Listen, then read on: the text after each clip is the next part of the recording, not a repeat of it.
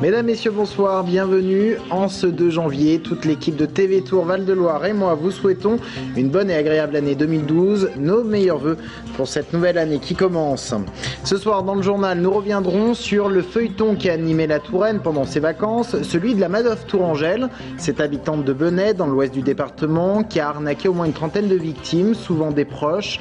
Nous reviendrons sur les faits mais aussi sur la tension qui a régné dans le village de Benay. Et puis un témoignage, celui d'une amie de Sylviane Hamon. Elle avait failli être escroquée par celle qu'elle considérait comme sa meilleure amie. Son salut, n'avoir pas respecté la consigne de silence. Elle en a parlé à son mari qui a suspecté l'arnaque. Et puis nous reviendrons également sur cette affaire avec l'invité de la rédaction, la directrice de l'ADAVIP, l'association qui s'occupe des victimes de cette arnaque financière. Entretien à la fin de ce journal. Et dans ce journal également, de jeunes Arméniens sans papier ont participé à un parrainage républicain en mairie de Tours. C'était vendredi dernier. Nous verrons à quoi servent ces parrainages républicains. C'était donc l'affaire de ces vacances de Noël, celle que l'on surnomme désormais la Madoff Tourangelle. Sylviane Hamon a été interpellée lundi dernier, puis mise en examen et écrouée pour abus de confiance et exercice illégal de la profession de banquier. On la suspecte d'avoir monté une escroquerie financière pyramidale de plusieurs millions d'euros sur le même système utilisé par Bernard Madoff. À ce jour, plus d'une trentaine de victimes se sont fait connaître. Alors où en est-on de l'enquête après une semaine après l'interpellation? Eh bien nous faisons le point avec Sabrina Meloult. Une escroquerie à 3 millions d'euros sur une trentaine de victimes identifiées à ce jour. Le mode opératoire de Sylviane Hamon était finalement simple. L'ancienne salariée de la BNP Paribas de Bourgueil demandait à ses amis de lui confier leur argent, ce que leur promettait des rendements allant jusqu'à 10%. Les victimes souscrivaient alors des emprunts. Aujourd'hui, si certaines sont criblées de dettes, d'autres sont totalement ruinées. L'alerte, c'est le Tracfin qui la donne en 2009. La cellule française de lutte anti-blanchiment remarque des mouvements de comptes bancaires douteux sur le compte de Sylviane Hamon. Sur instruction du parquet de Tours, la section de recherche d'Orléans va alors suivre les moindres faits et gestes de cette femme de 54 ans durant 1 an et demi. 1 an et demi d'enquête sans relâche. Les enquêteurs apprendront qu'elle a été licenciée en 2007 de la BNP Paribas de Bourgueil pour comportement fautif vis-à-vis des clients. Parallèlement, certaines victimes commencent à porter plainte auprès de la gendarmerie de Chinon. Les victimes qui ne verront jamais la couleur de leur argent. Le 26 décembre marque la dernière étape du mensonge de Sylviane Hamon. Interpellée à son domicile, elle est poursuivie pour abus de confiance et exercice illégal de la profession de banquier. Quant à son mari, agent EDF à la centrale nucléaire de Chinon, était-il au courant des agissements de sa femme? L'enquête suit son cours. Il est aujourd'hui poursuivi pour recel d'abus de confiance, une peine pouvant aller jusqu'à 5 ans d'emprisonnement. Aujourd'hui, les victimes de Sylviane Hamon ne comprennent pas pourquoi leur ami les a escroqués. Abus de confiance, un terme qui n'a jamais aussi bien porté son nom que dans cette affaire devenue tristement célèbre. Sylviane Hamon court aujourd'hui une peine de 3 ans de prison, assortie de 375 000 € d'amende. Alors dans le village de Benay où vivait avec son mari Sylviane Hamon, les réactions de stupéfaction ont ensuite laissé la place à la colère. Colère contre l'arnaqueuse, mais aussi contre les journalistes qui enquêtaient sur le terrain.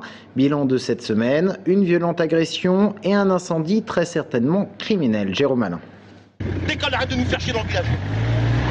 Mais ça va pas. T'as rien à foutre. Mais ça va pas, j'essaye de faire mon boulot. Le métier de mange-merde que tu fais.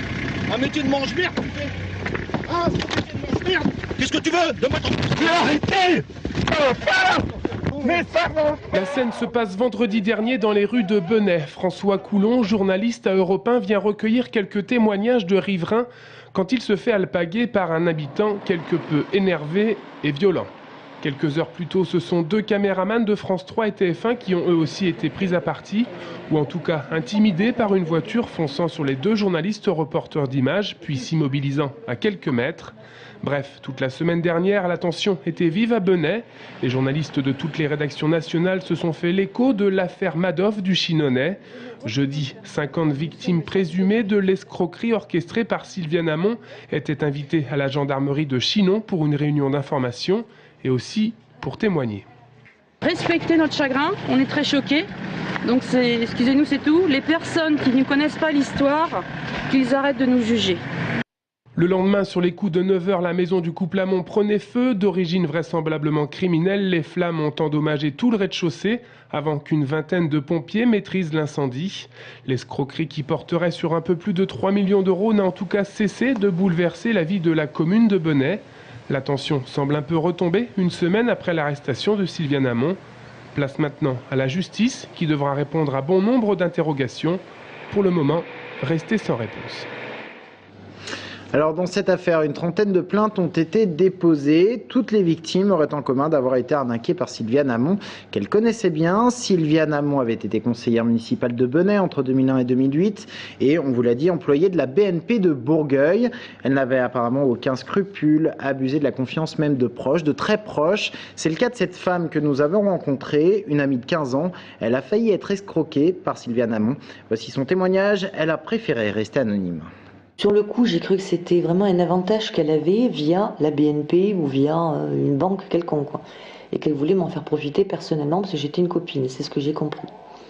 Donc elle m'avait proposé de placer de l'argent. Bon, les sommes, c'est vrai qu'elles me faisaient très peur parce qu'elle me dit 40 000, 50 000, enfin... Déjà, je me demandais où j'allais les trouver quand même. Et elle me disait c'est 10% le premier mois et 10% l'année. Il ne fallait pas que j'en parle à personne. Même au téléphone, elle m'avait dit, tu dis juste ok, ou il fallait surtout pas en parler. C'est ça qui vous a mis la puce à l'oreille? Un petit peu, parce que je me suis dit, pourquoi il faut pas en parler? Si vraiment c'est une banque, elle m'avait dit, surtout t'en parles pas aux banques.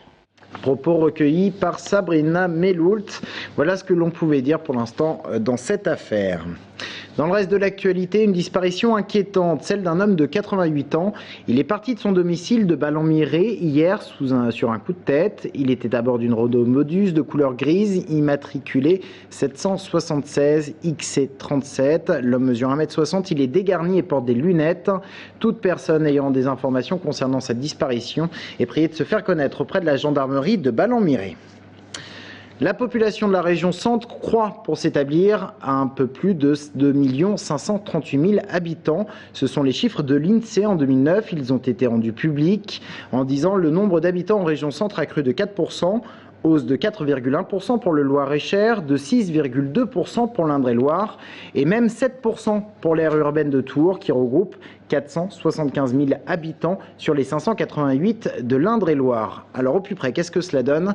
Eh bien une agglomération blésoise qui a décru de 1,4% entre 1999 et 2009 et une agglomération tourangelle qui continue sa progression, plus 2,9%. Progression qui profite principalement aux villes de la périphérie de Tours, plus 17% pour la Riche et Fondette qui dépasse les 10 000 habitants et même constat pour Mont-Louis-sur-Loire qui gagne 8% de population en plus.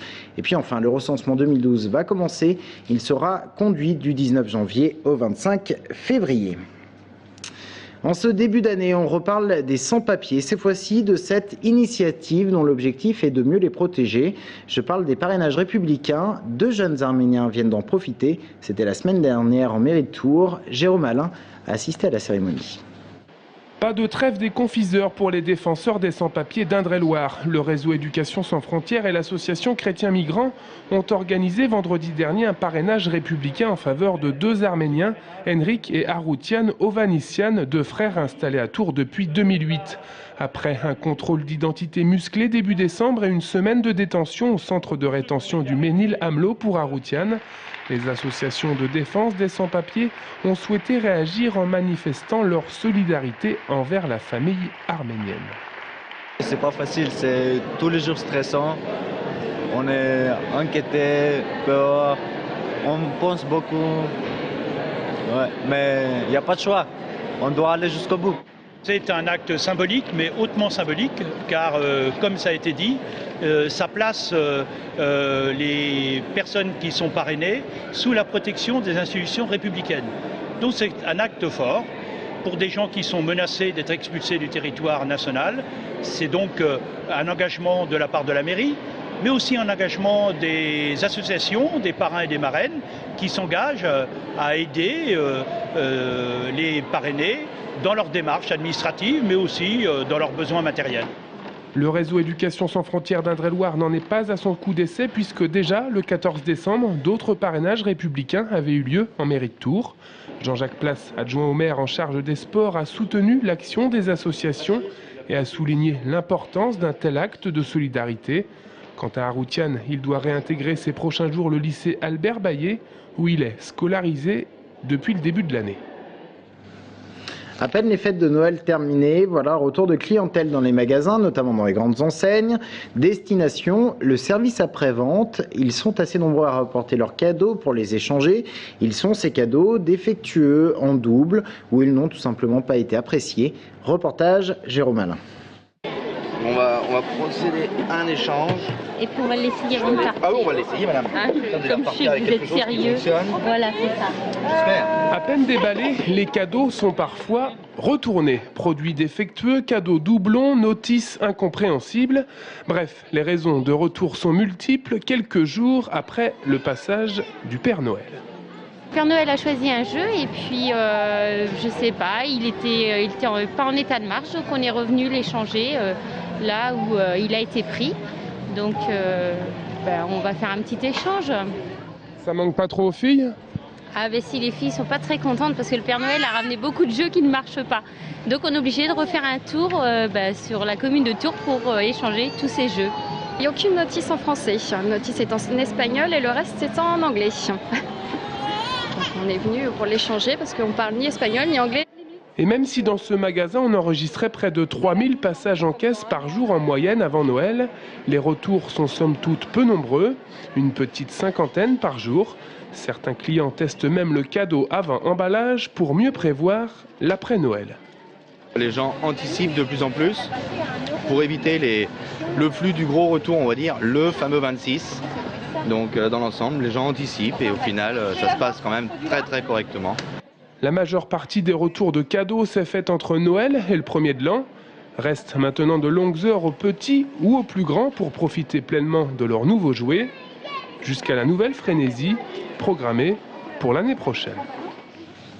Et c'est ainsi que se termine ce journal. Merci de l'avoir suivi. On se retrouve dans un instant avec la directrice de l'ADAVIF 37, l'association qui a pris en charge les victimes de la Madoff Tourangelle. À tout de suite.